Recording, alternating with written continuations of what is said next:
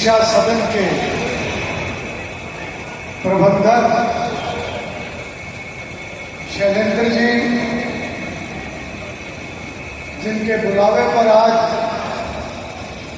मुझे आप सभी के बीच में आने का सौभाग्य प्राप्त हुआ। शैलेंद्र जी एक बहुत ही मिलनसार और एक बहुत ही अच्छे व्यक्ति हैं और उनके साथ एक लगाव ऐसा है कि उनका लगाव आज आपके बीच में खींच कर लाया है। परंतु आज मैं इस मौके पर जरूर कहूंगा कि शैलेंद्र जी जितने आप अच्छे हैं, स्कूल के बच्चे उससे भी बहुत ज्यादा अच्छे हैं।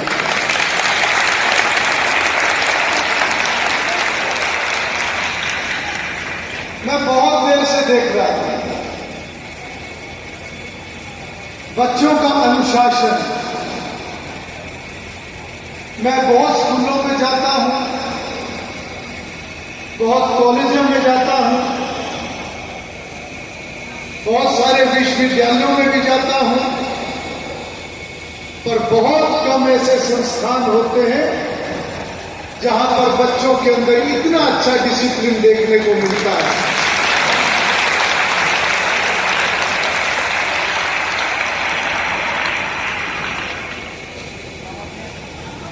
मैं विशेष रूप से बच्चों की प्रशंसा भी करता हूं और उन पूर्वजों को भी याद करता हूं जिन्होंने इस पौधे को लगाया था, राम जी, रईस जी। उनको आज खुशी होगी कि जो संस्था रूपी पौधा उन्होंने लगाया था आज वो बहुत अच्छे तरीके से कार्य कर रहा है। इसके लिए मैं स्कूल प्रबंधन, सभी अध्यापकों का, सभी को बहुत बहुत बधाई और शुभकामनाएं दूंगा। अभी हमारे कार्यक्रम अध्यक्ष लाला सोनलाल गुप्ता जी ने अपने विचार रखे, हमारे बहुत ही आदरणीय हैं और इसी प्रकार से सभी मंचासीन अतिथियों ने भी अपनी बात रखी। कार्यक्रम में एक अच्छा मार्गदर्शन प्रसन्न चौधरी जी ने भी किया। उन्होंने कहा कि 2047 में हमारा देश विकसित राष्ट्र हो, उसके लिए हम सभी को परिश्रम करना है। अभी राजेश्वर बंसल जी ने जो पहले भी संस्था की बहुत मदद करते रहते हैं, उनका आशीर्वाद मिलता रहता है। आज भी उन्होंने संस्था के प्रति जो एक भाव जागृत किए हुए और जो भविष्य में भी उन्होंने और मदद करने का ऐलान किया है, मैं उनका भी बहुत बहुत स्वागत और अभिनंदन करता हूं।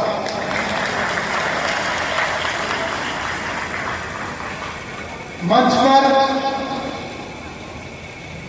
निरंकार जी बैठे हैं,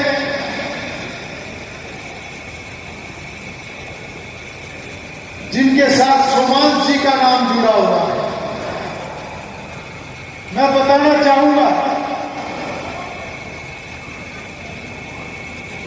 क्योंकि मेरा जुड़ाव बहुत पुराना है इस इलाके से। आपके बिल्कुल साथ में जो गढ़ी गठेड़ा है, वहां हमारी रिश्तेदारी, मेरी बुआ का परिवार, चौधरी यशवीर जी बैठे हैं हमारे बीच में और बचपन से इस इलाके में आना जाना। तो यहां के कुछ प्रसिद्ध लोगों का जब जिक्र होता था उसमें सोमान जी का जिक्र अक्सर मैंने सुना, मिलना भी हुआ है। और आज मुझे खुशी है कि आज ऐसे इलाके के प्रबुद्धजनों के बीच में मुझे आने का मौका मिला। सभी महानुभाव यहां पर उपस्थित हैं और आज इस मौके पर मैं प्रधानाचार्य जी प्रवीण कुमार जी को भी बहुत बहुत बधाई दूंगा।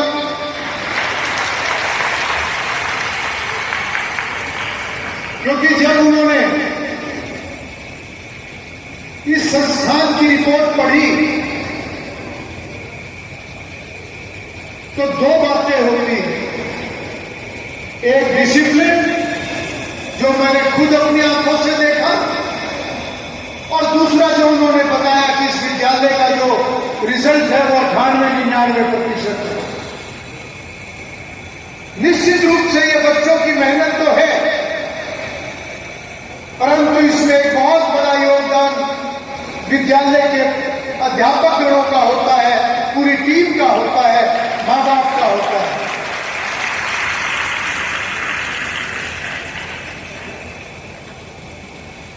यहां पर मेरे साथ घरोंडा से भी मेरे साथीगण आए हुए हैं। हैप्पी लक गुप्ता जी हमारे चेयरमैन हैं, बाकी सभी साथी आए हुए हैं। और इस मौके पर उपस्थित सभी मीडिया के बंधु और बहुत ही प्यारे बच्चों, आज मैं सर्वप्रथम आप सभी के उज्जवल भविष्य की कामना करता हूं कि आप यहां से शिक्षा ग्रहण करने के बाद अपने जीवन में जो भी आपका लक्ष्य है, जो भी आपने लक्ष्य तय किया है, चाहे आप इंजीनियर बने, चाहे आप डॉक्टर बने, चाहे आप टीचर और साइंटिस्ट बने, और या आप एक अच्छे किसान बने, अच्छे व्यापारी बने, और नेता भी बने तो एक अच्छे नेता बने। मैं आप सबके लिए प्रभु से कामना करता हूं कि जो आपने अपने जीवन का लक्ष्य तय किया है उसमें आप बहुत आगे बढ़ेंगे। आप इस इलाके का नाम रोशन करेंगे, न केवल झंझाड़े का बल्कि पूरे उत्तर प्रदेश और पूरे भारतवर्ष का नाम यहां से रोशन होगा, ऐसी मैं उम्मीद करता हूं और प्रभु से कामना भी करता हूं। परंतु बच्चों से कुछ बात जरूर करना चाहूंगा। जब हम देश को नई ऊंचाइयों पर ले जाने की बात करते हैं तो वो केवल एक प्रधानमंत्री नरेंद्र मोदी जी की तपस्या के कारण नहीं होगा, वो केवल कुछ लोगों के मेहनत करने से नहीं होगा। देश अगर 2047 में विकसित राष्ट्र बनाने का जो संकल्प हमने लिया है वो तभी पूर्ण होगा जब हर बच्चा मेहनत करेगा और हर व्यक्ति अपनी ईमानदारी से अपनी जिम्मेवारी का निर्वहन करेगा।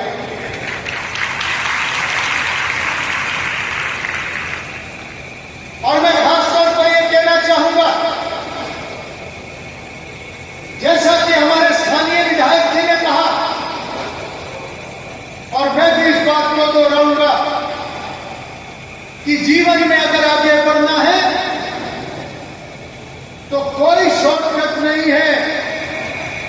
आगे बढ़ने के लिए केवल परिश्रम करना पड़ेगा, अनुशासन में रहना पड़ेगा, नशे से दूर रहना पड़ेगा और खेल कूद के अंदर पढ़ाई के साथ साथ एक समन्वय दिखाते हुए एक ऐसा व्यक्ति बनना पड़ेगा जिसको अपनी जिम्मेवारियों का भी एहसास हो और जो बाबा साहब डॉक्टर भीमराव अंबेडकर जी द्वारा दिए गए संविधान के अनुरूप एक अच्छा नागरिक बन सके और देश के अंदर किसी भी पद पर जाए परंतु एक ईमानदारी से उस पद के ऊपर अपनी जिम्मेवारी का निर्वहन कर सके।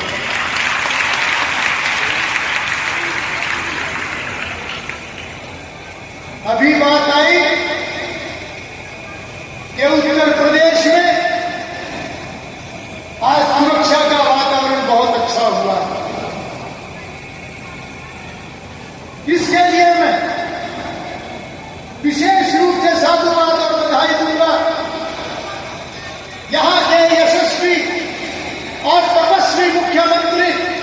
योगी आदित्यनाथ जी को, और साथ ही साथ यहां की पूरी प्रशासनिक व्यवस्था का, जिससे यह साबित होता है कि सुधार कभी भी किया जा सकता है। सुधार करने में मुश्किलें आएंगी, परंतु सुधार असंभव नहीं है।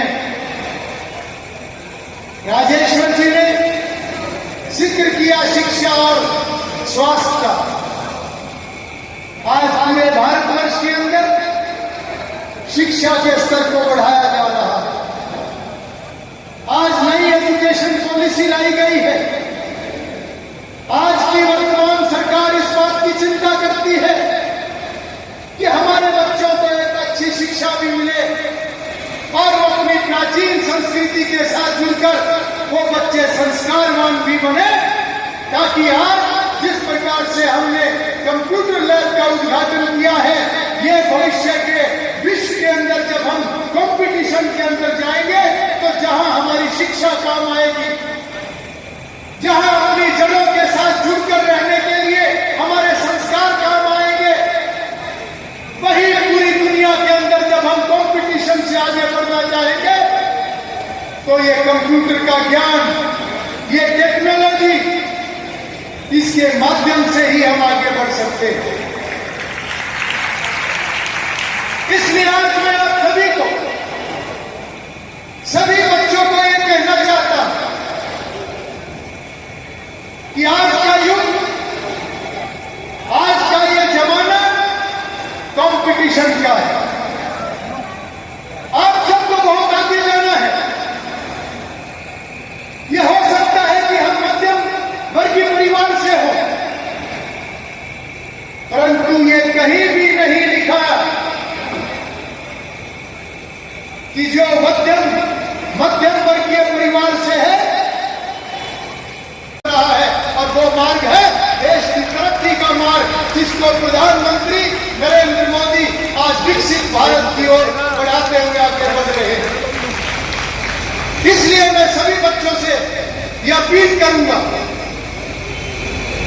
कि आज टेक्नोलॉजी का जमाना है, आज एआई का जमाना है। आज जब हम अपना फोन खोलते हैं उसमें हर प्रकार की जानकारियां हमें मिलती है। हमें सही जानकारियों को लेकर आगे बढ़ना है। हमें इन बातों से सावधान रहना होगा। जो भी चीज हमारी तरक्की को रोकेगी, हमारे परिवार की तरक्की को रोकेगी, हमारे देश की तरक्की को रोकेगी, उससे हमें बचना पड़ेगा। हमें नशे से बचना पड़ेगा। और अंत में, क्योंकि कल प्रधानमंत्री जी का जन्मदिन था और ये 15 दिन पूरे देश में सेवा पखवाड़े के नाते बहुत तरह की गतिविधियां चल रही है। मुझे अच्छा लगा कल जब मैंने प्रधानमंत्री जी का संबोधन सुना, उसमें उन्होंने नारी शक्ति के लिए एक विशेष संदेश और एक अभियान शुरू किया है। क्योंकि मेरी बेटियां बैठी हैं, आज हमारी बेटियां बहुत ऊंचाइयों पर जा रही हैं। आज उनको एक सुरक्षित वातावरण देना हम सबकी जिम्मेवारी है, हर नागरिक की जिम्मेवारी है, ताकि हमारी बेटियां पढ़ लिख कर आगे बढ़े और न केवल अपने परिवारों को, बल्कि किरण बेदी की तरह, कल्पना चावला की तरह और इस प्रकार से जिन्होंने नई ऊंचाइयों को छुआ है, उस प्रकार से बड़ी बड़ी अधिकारी हमारी बेटियां बने, इसकी जिम्मेवारी पूरे समाज की है। कल प्रधानमंत्री जी ने एक अभियान की शुरुआत की है, स्वस्थ नारी सशक्त परिवार। हर नारी स्वस्थ हो, हमारी मां स्वस्थ हो, हमारी दादी स्वस्थ हो और उनके स्वस्थ रहने से परिवार सशक्त होगा। और हमारी महिला शक्ति अगर स्वस्थ होगी समाज सशक्त होगा, ये देश सशक्त होगा। प्रधानमंत्री जी की ये चिंता हमें उसको समझना पड़ेगा। और मैं आखिर में केवल इतना कहूंगा कि शिक्षा के साथ संस्कार, ज्ञान के साथ विज्ञान, हमारी अन्य गतिविधियों के साथ खेल, और जो भी हम जीवन में करें वो सब करते हुए हमारे अंदर सेवा का भाव और परिश्रम का संस्कार अपने अंदर रखते हुए निरंतर हम नई ऊंचाइयों को छुए। ऐसे में प्रभु से कामना करता हूं आप सबके उज्जवल भविष्य की। यहां आकर मुझे वास्तव में बहुत अच्छा लगा। शैलेंद्र जी, फिर कभी मौका मिलेगा तो बच्चों के साथ गपशप करने के लिए जरूर आऊंगा, परंतु जाने से पहले एक न्योता भी देकर जा रहा हूं। आज हरियाणा राज्य के स्पीकर के नाते मुझे खुशी होगी कि राष्ट्रीय शिक्षा सदन के बच्चे भी हरियाणा विधानसभा को देखने के लिए आए। वेरी गुड, बहुत सुंदर। सारी व्यवस्थाएं हो जाएंगी, और वैसे भी लखनऊ बहुत दूर है, चंडीगढ़ बहुत नजदीक है। Very good. और चंडीगढ़ तो नजदीक है ही, मैं आप सबके बहुत नजदीक हूं, आप सब मेरे दिल में हैं। और जब बच्चे आकर हरियाणा विधानसभा को देखेंगे तो उनको पता चलेगा कि बाबा साहब ने जो संविधान दिया है और उस संविधान के तहत जो लोकतांत्रिक व्यवस्था है उसके अंदर विधायिका का वो मंदिर है, और उसके बाद वहां कानून बनकर सरकार को दिए जाते हैं। सरकार उन कानूनों के ऊपर काम करती है, और तीसरी संस्था जो है वो न्यायपालिका है। वहां आकर बच्चों को इस ज्ञान का पता चलेगा। और मैं आप सभी से अंत में अपील करूंगा कि संवैधानिक मूल्यों को सीखने का भी काम करें, अपनाने का भी काम करें, और एक अच्छे नागरिक इस संस्था से बनकर जाए। इतना कहकर मैं अपनी बातों को समाप्त करूंगा। बहुत बहुत धन्यवाद। मिलकर सभी एक जयकारा लगाएंगे, पूरी भावना के साथ।